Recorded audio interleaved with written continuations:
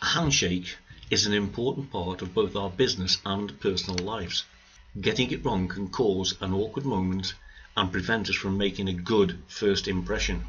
Ever had one of those moments when you've met someone new and, as you're introducing yourself, you shake their hand, however, instead of the solid, firm and confident handshake you expect, you get a limp fish or a crusher or a sweaty palm instead. Getting your handshake wrong is a certain way of not making a good first impression. The worst, in my humble opinion, handshake mistakes are as follows. The sweaty palm handshake. Some people naturally get sweaty hands.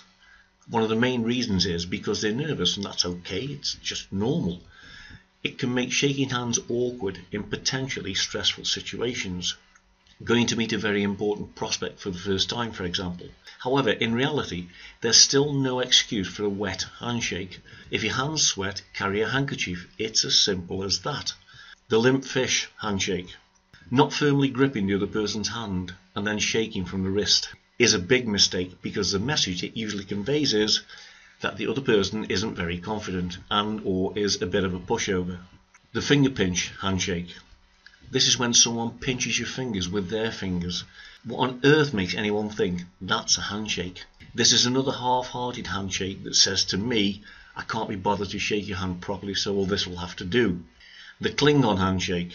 This is where the other person shakes your hand and keeps holding on. And it looks like you're actually holding hands rather than shaking hands. Any more than about 3 shakes and I'm dying to ask the question, is there any particular reason we're still holding hands? The problem is 3, 2, 1. The problem is you then become focused on not pulling your hand away from them so as not to appear rude, which can mean you lose all concentration on the introduction and anything they're saying. The avoidance handshake is when someone doesn't make eye contact with you, when they shake your hand or they pull their hand away too quickly. With this handshake, I get the feeling that they're either lacking confidence or extremely shy, or they really don't want to meet me or to shake my hand. The crusher handshake is when someone shakes your hand and they grip it so hard it feels like every single bone in your hand is turning to dust. That kind of handshake is way too firm and will make the recipient feel very uncomfortable. You might start to wonder if they're trying to hurt you on purpose.